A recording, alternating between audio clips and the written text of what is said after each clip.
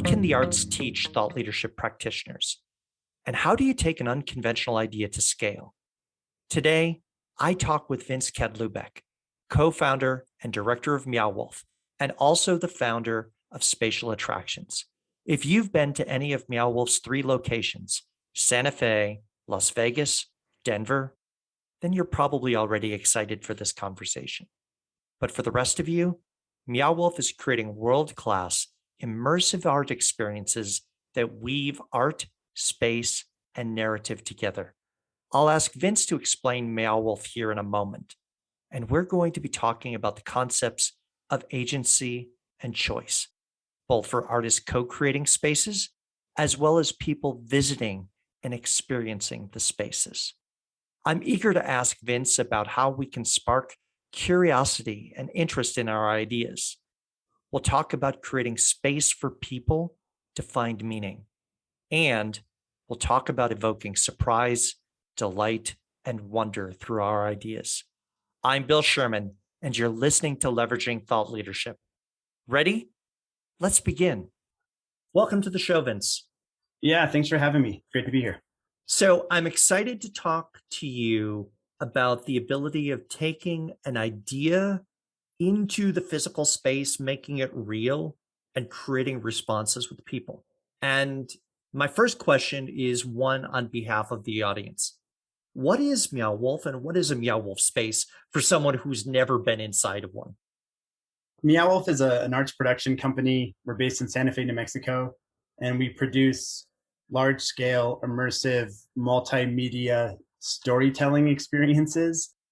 Basically, it's like walking inside of a dream, inside of a large space. Lots of exploration, lots of discovery, all based around immersive art and multimedia art. And so it's very colorful. There's a lot of play elements, like playground elements through it. It's interactive, and it's all based on the agency and the choices of the individual that's going through it. And for those of you who haven't been, there's a sense of discovery as well. So let's start about with the original location in Santa Fe, Yeah. the House of Eternal Return. Describe the experience of the house to begin with, and then sort of how it sort of invites you into a larger world. Sure. Yeah. You walk into Meow Wolf, and it's like a lobby and a bar and a gift shop. And, it's a fun, artistic vibe already when you walk in, buy your ticket, walk down kind of a dark hallway, similar to how you would at a movie theater or something. You open the door at the end, and then you end up walking inside of the exhibition, the House of Eternal Return exhibition. And your first space is the front yard of a Victorian house. And it's nighttime, and you're standing on the lawn of the front yard, and there's sounds of crickets and animals. And there's also a soundtrack, a musical soundtrack sort of playing, like nice piano playing. So you're sort of immediately placed inside of a narrative experience, and you're staring up at this Victorian house right in front of you. It's 2 stories, fully realized Victorian house. You walk inside the house, and there's a family that lives there. And so you explore their house and their rooms and their living room. You can flip through their photo albums and watch their home movies, and you can go through the drawers in their bedroom, and it's a fully realized home. The family, though, they're not present. The family has disappeared. And you start to see that there's some like wonky things with the house. Like there's some like something has happened here that's just not quite right. And you might get to the kitchen of the house, and you open the refrigerator, and instead of there being food in the refrigerator, the fridge leads to like a long, brightly lit hallway that you can enter.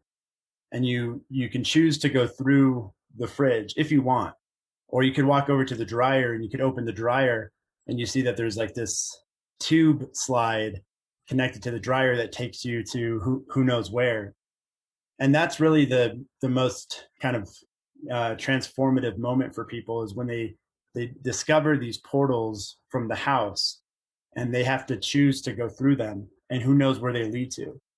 And then once you do go through them, you then enter a massive space of twisted, psychedelic, beautiful fantasyland, dreamland style immersive art that has like tree houses and a really weird layout to it, like a maze and a bunch of different rooms and interactive instruments and characters roaming around, and that's when the experience really kind of breaks the barrier of normalcy and enters into the unknown. And it's all choice based. It's all based on presenting an environment of the unknown that's created through art, and then allowing for people to explore in that space. And then through that exploration, they end up discovering all sorts of things, depending on what they want to discover and depending on what's interesting to them. And it's that moment of exploration and discovery that really strikes at like the kid in all of us, that feeling of being a kid. So, one of the things that I love is you talk about a fully staged and realized two-story Victorian home really as the entryway to another massive space, right?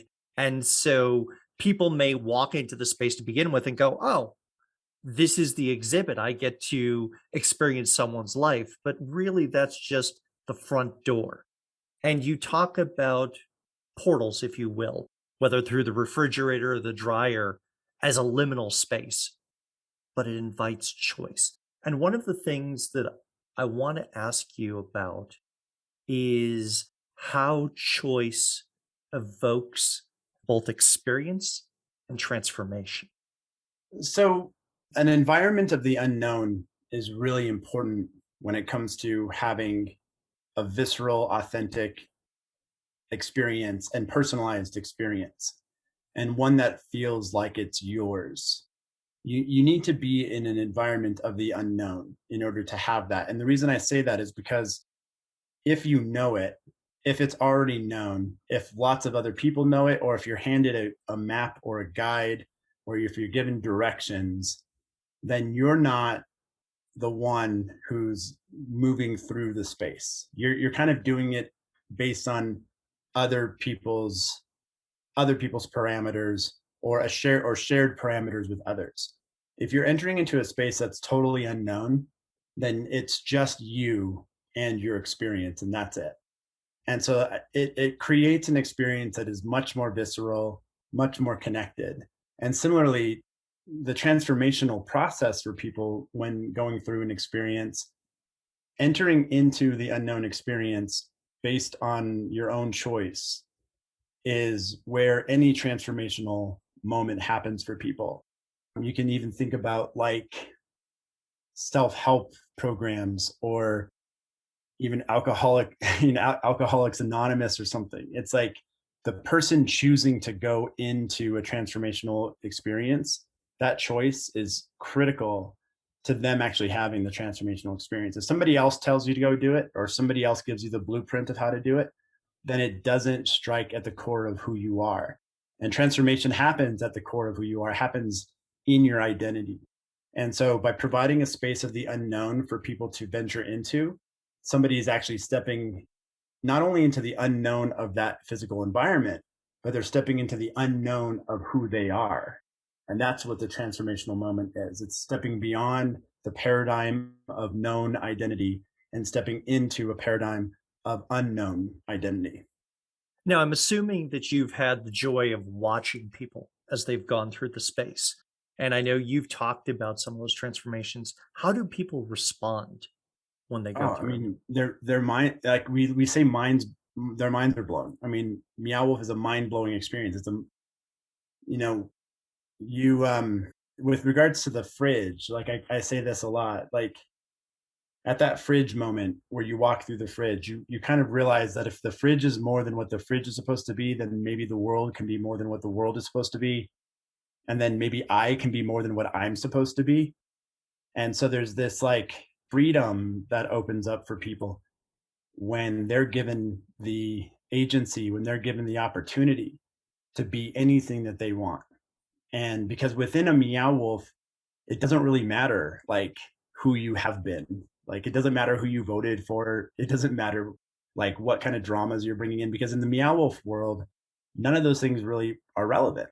And so you get to kind of like leave those things outside of the door and you get to venture through like anew.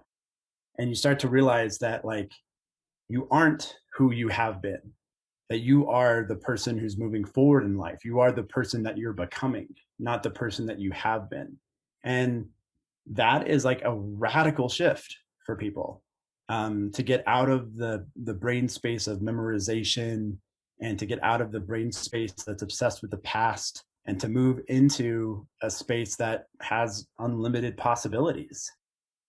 Well, and this is the place where I see such a crossover between the creative, immersive art experience from Meow Wolf into thought leadership.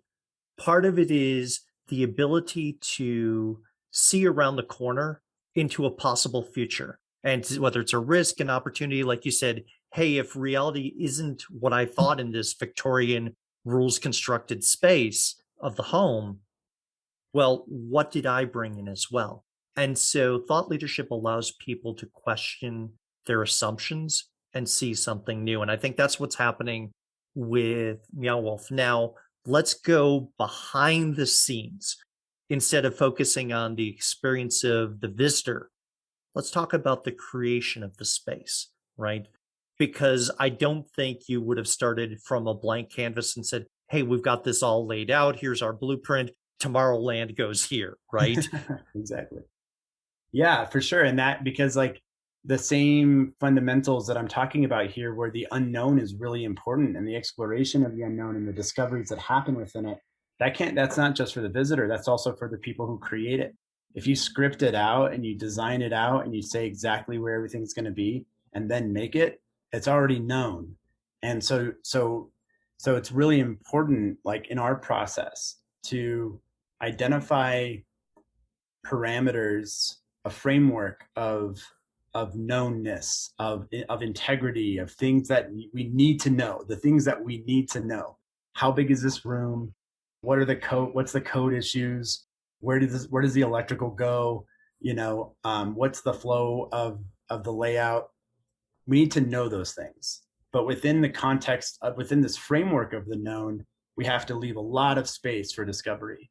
And it's scary. It's like a scary, it's really great for artists, it's really great for the creative, but it's really scary for the business person and for the Mm-hmm. person financing the project. Right. Because you don't know what the budget is, you don't know any of those details, and you're like, yeah, go think about this and see what could we do with this, right? Yeah.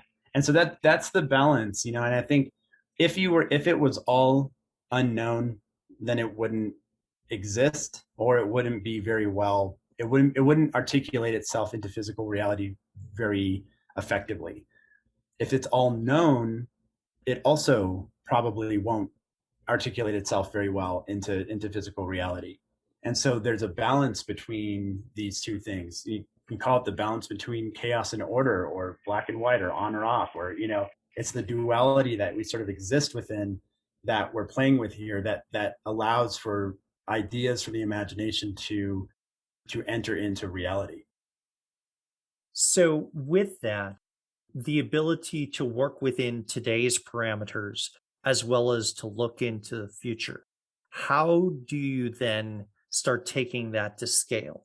Because someone could have looked at the House of Eternal Return in Santa Fe and go, okay, this is a unique one off experience. It will never be recreated. It can only be in Santa Fe, and you've got to go to Santa Fe to experience it. But that's not true because now Meow Wolf's in 3 cities. It's in Las Vegas, it's in Denver, and those have different immersive stories. So how did you make that jump from just Santa Fe to positioning in other Yeah. locations? I mean, there's a lot of details to that, to that scaling, that story of scaling that happened, around financing the projects, getting investors on board. But I would say that, like, fundamentally, the process that we went through to scale was very similar to the process that we went through to get the House of Eternal Return open to begin with, which is, put very simply, it's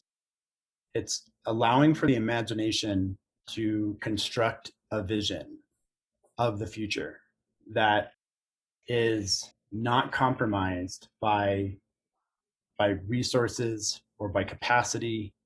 Oftentimes what happens for people is that they will go into an imaginative space to envision what the future might be, but they stop themselves from fully envisioning it because they start to worry about where's the money going to come from and who's going to build it and is it going to work, and like they basically stop themselves from actually fully envisioning it. And what we So they start pulling in reality and constraints before they explore. yeah, it's like they're trying to construct a new paradigm for themselves, but then they let the existing paradigm stop themselves from constructing the new paradigm. And what I was really honed in on was that you fully envision, fully imagine what the new paradigm is. And then once you do that, then you go out and worry about where the money's going to come from. And then once the money comes in, then you worry about who's going to deliver the project or who's going to create that new paradigm. It's like one step at a time with that. And we did that. We basically said, what does it look like for the company for us to be in multiple cities? What do those projects look like? And we sketched it all out. You know, we drew it up, we conceptualized it, we put numbers to it. You know, numbers are an important part of the envisioning process. You know, having an understanding of the numbers is critical to the envisioning process. And then once we had all that figured out, we went out and raised the money to then deliver the projects. And once we raised the money, we hired like thousands of people to go and deliver the projects. You know, and so it's really imagination and then belief in that imagination. And then and belief is the same word as love. It has the same sort of the same etymology. Is belief and love are pretty much the same word. So you have to have a vision that you can love. And if you love it, then you work on it. So it's like imagine, believe, work, and then it delivers. You know, and that's basically what we did. And to double click, if we will, if you walk into Las Vegas or if you walk into Denver, you don't find a two-story Victorian home as the front of the exhibition, right? That's correct. Yeah, and in Vegas, it's a grocery store that you Mm-hmm. walk into, a fully realized grocery store with like hundreds of products on the shelves that you can actually buy. And we actually have to operate that grocery store, which is a trippy thing for us. And then in Denver, it's a transit station, so it's like walking into a public transit station. And so each of those spaces allows you to explore different metaphors of life, human experience, whether it's the residential home, we all shop, we all go into grocery stores. Well, when we're not on Amazon or online purchasing, I guess, but you get to play with different spaces and different frameworks and contexts.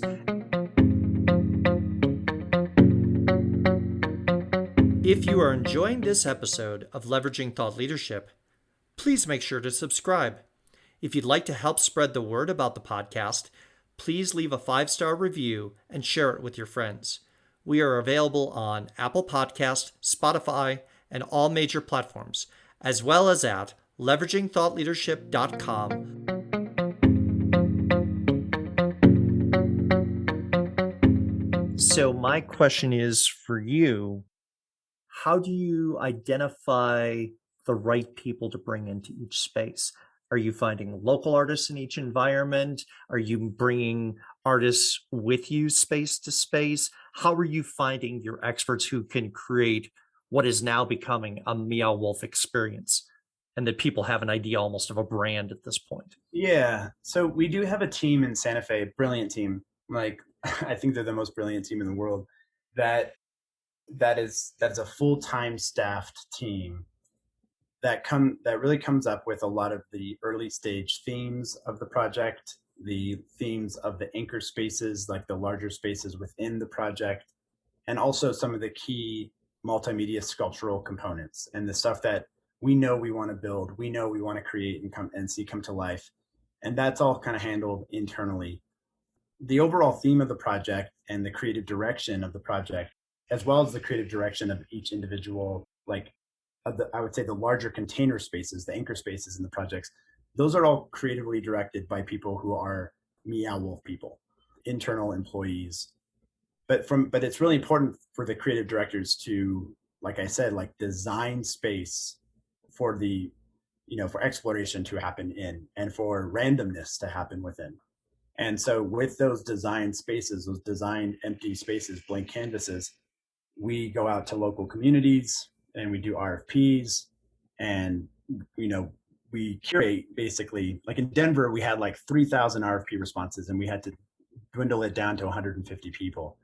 And so we curate based on, of course, the work itself, but also we need artists to be capable of delivering their project as autonomously as possible, because there's just so many projects happening simultaneously in a project like Denver.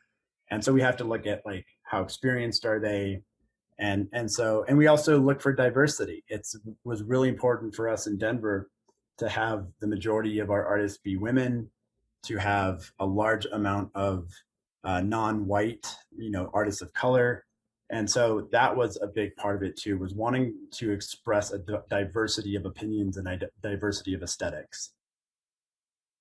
And I think that word that you hit on, curate, is another crossover point between the artistic sort of creation of the space as well as thought leadership, because there are always so many ideas percolating within an organization. How do you decide where are we going to invest time, energy? Where do we put the organization's resources behind to take it to scale? Yeah, I mean, it's a funny thing about, about collaboration versus individual vision, and both are really critical. Again, it's like only having a singular vision from a singular individual is not going to result in a very interesting project or interesting company. Having a group dynamic or a group decision making process all the time is also going to not lead to a It very can lead to chaos that nothing successful. happens, right? Yeah, or it could lead to like a very watered down sort of like, you know Hmm. mediocre experience. And so we've done a good job of kind of going from a singular focus point to then broadening for a lot of input, back to a singular focus point, broadening again, and kind of going back and forth between the two, in order to have a dynamic set of, curated assets, but that come together in a focused and what's seemingly a singular vision sort of way. So I want to take you back in time a little bit to the early days, because my guess is you didn't envision that you would be having, dedicated art immersive experiences in multiple cities.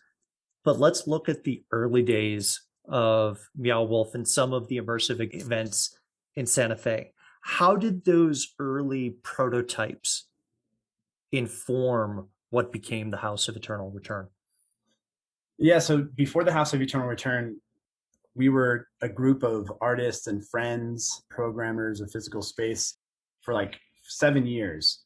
And it was really informal. It was like a social club more than anything else. And we had warehouses that we would do stuff in. We would do stuff in public parks, and we had no money and no resources. And I think that that's a critical aspect of this. Like without money, without resources, our most valuable resource was human capacity, was human work, and it was the people around us and human ingenuity. And so what we had to develop early in the early days was a way of communicating and a way of operating, because we were all volunteer. No money was being made off of this. We couldn't pay anybody. And so we needed people to care about their projects. We needed people to care about showing up every day. How did you And make that happen? What did you do to we create that care? we created space for DIY thinking and for design thinking. We basically allowed for people to explore their concepts, fail with their concepts, knowing like we're all going to fail in trying to make whatever it is that we're trying to make, but we created space that where that was okay.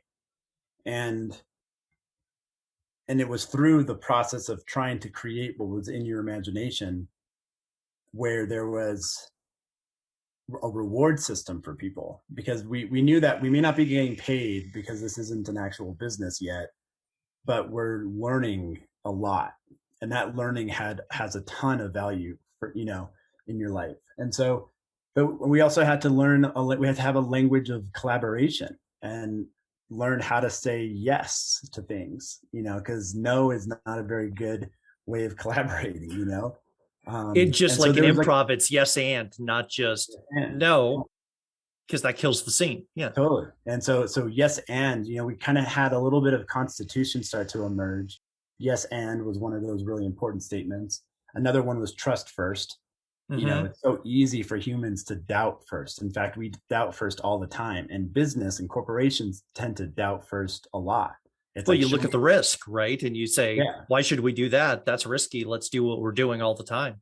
totally. And you ask for resumes and you ask for experience and you kind of test people out first because you're trying to get them to prove that they can do what they can do. But back in the day, we didn't have that capability, So we had to just say like, okay, you want to build a 30-foot tall giraffe in the front yard of Meow Wolf, go for it. We trust you can do it, basically. And so that was an important one, and it was through this language of collaboration. An important piece of collaboration for us was learning that true collaboration with another person is not 100% of them and 100% of you trying to figure it out. That it's actually like 50% of them and 50% of you kind of coming together to create 100%. So there's a part of you that has to yield a large amount of who you are and what you believe in and what you care about. You have to actually just like let a lot of that go to make space for what the other person cares about. And you're creating 100% of a single entity by giving up part of yourself. And that was a huge part of our learning process early in the early days. It also sounds like the 50% that you might bring to a project with one person, you might choose one set of pieces of yourself. Then you get to the next person. It's not the same 50%. You choose which pieces go into the 50%, right? That you bring. Totally. And Yeah. it's all about communication. It's hearing where the other person's at and then making space for where they're at, even if you don't believe in it, even if you don't inherently believe in it.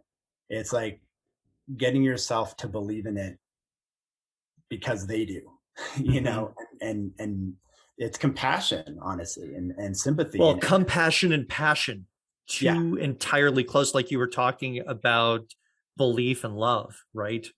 You can't have compassion without passion. right, absolutely.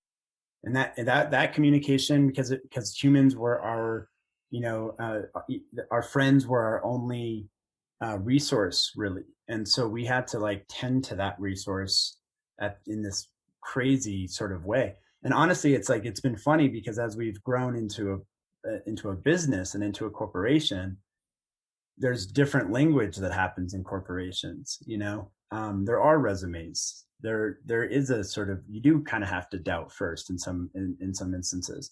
And so bringing the culture and communication of the Meow Wolf old days and marrying it with a more business uh, language has been like a whole new set of challenges. Well, growth and change, right? Yeah. It's continuing. So let me ask you this question. Is there a book that sits on your shelf that has influenced you as you've gone through your journey in Meow Wolf? Is there something that you turn back to and has really shaped how you think about taking ideas to scale? I would say, so to be honest, I don't really read much, but I would say like when it comes to stories and I for me personally, the story of Walt Disney is definitely very close to me, and the scale of Disneyland when it was created and how much outside of the current paradigm it was when it came to be, and how far outside the paradigm of his own company it was to say we're going to build this massive park, and then to know that that park is like one of the most iconic things in the world right now. um that's been a big driving force for me. And I'm not like a huge Disney fan like these days, like I'm not like a big like I don't watch the movies very much, and I think like a lot of the IP is a little stale. But what they did back then is like, whoa, like that's the type of like paradigm shifting work I want to be a part of in my life. They made at that time the invisible things that nobody ever considered or thought impossible visible, right? Yeah, totally. And thought about storytelling. I mean, they broke through a whole new medium of storytelling like multiple times. It was like animation and then television and then in person, location based with Disneyland. And we've done the location based thing. And, what I'm excited about in my lifetime, I hope, is to break new paradigms of storytelling, ones that we don't even know are possible right now. And that's like where I get the most drive is like the evolution of storytelling and what's going to come after the video game, what's the next evolution beyond the video game is what gets me really excited. Well, and that could lead to a conversation of metaverse and all the things that are bubbling now. But I want to ask you a question. You looked back and you pointed towards Walt Disney as someone who inspired you and got you to think differently. Think about the folks who are just starting in this space. What advice would you give them now as they're starting their careers? And another way to think about it is, what do you wish you knew when you were just starting out? So I think a lot of times this is kind of more of a pragmatic answer, like a pragmatic piece to your question, which a lot of times we want to build in small phases, or we want to do small little temporary things. I would say dream big, that like in this space of immersive art, immersive attraction, theme park, that like dreaming big matters a lot, and delivering something that is mind blowing matters a lot. That like you might think you want to do small things for your entire life, but it's always going to sort of be a struggle. You have to break this critical mass, or like this, you have to reach a new ceiling, break through a ceiling in order to really have that feeling of like magic and attraction. And so to dream big, and in order to dream big, you really do have to collaborate with many, many, many people. And so if you're too stuck on your idea, your singular idea, then it's never going to be a big enough idea to be able to really bring that wow factor to an audience.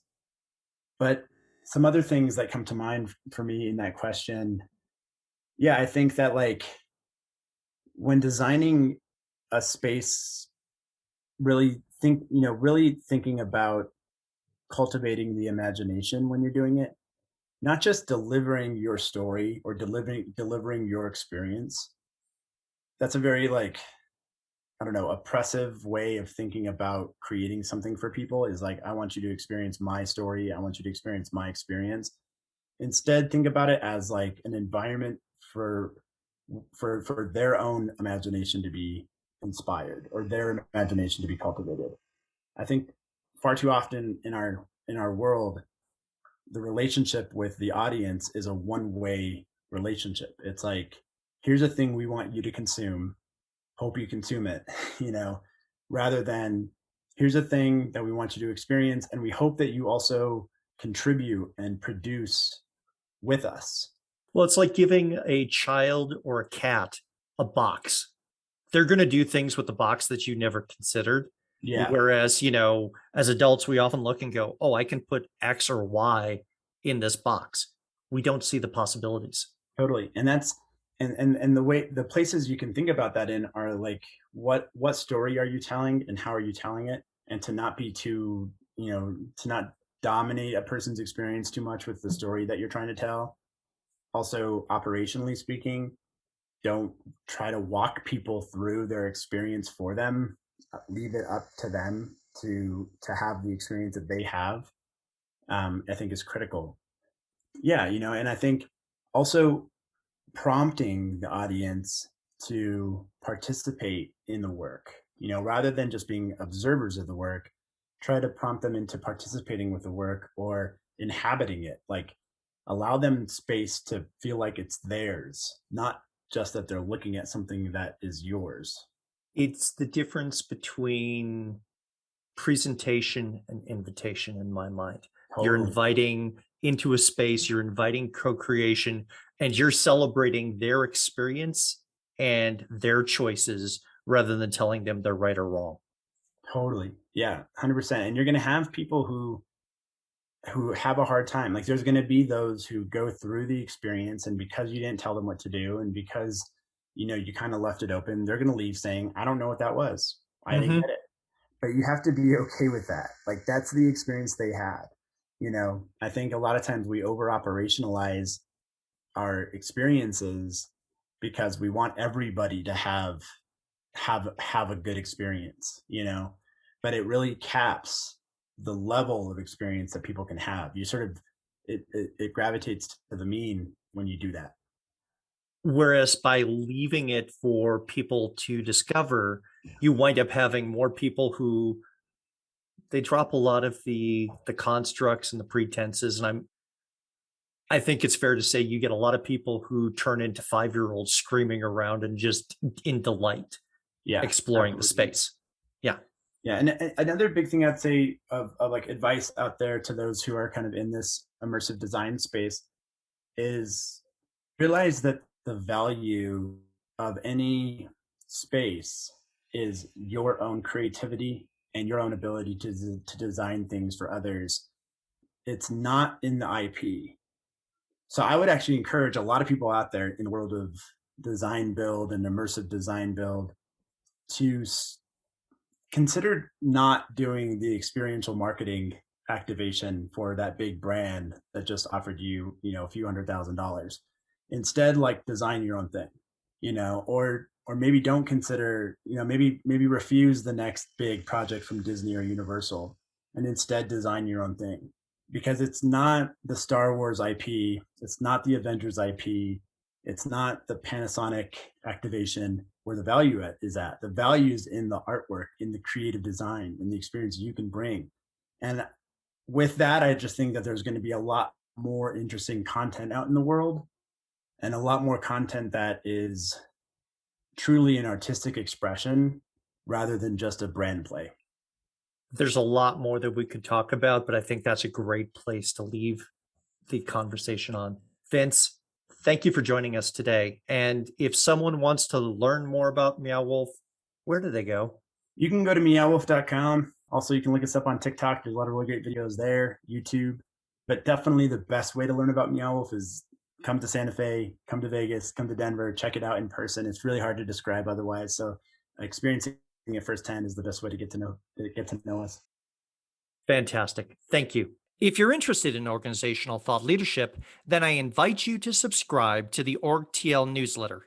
Each month, we talk about the people who create, curate, and deploy thought leadership on behalf of their organizations. Go to the website orgtl.com and choose Join Our Newsletter. I'll leave a link to the website as well as my LinkedIn profile in the show notes. Thanks for listening, and I look forward to hearing what you thought of the show.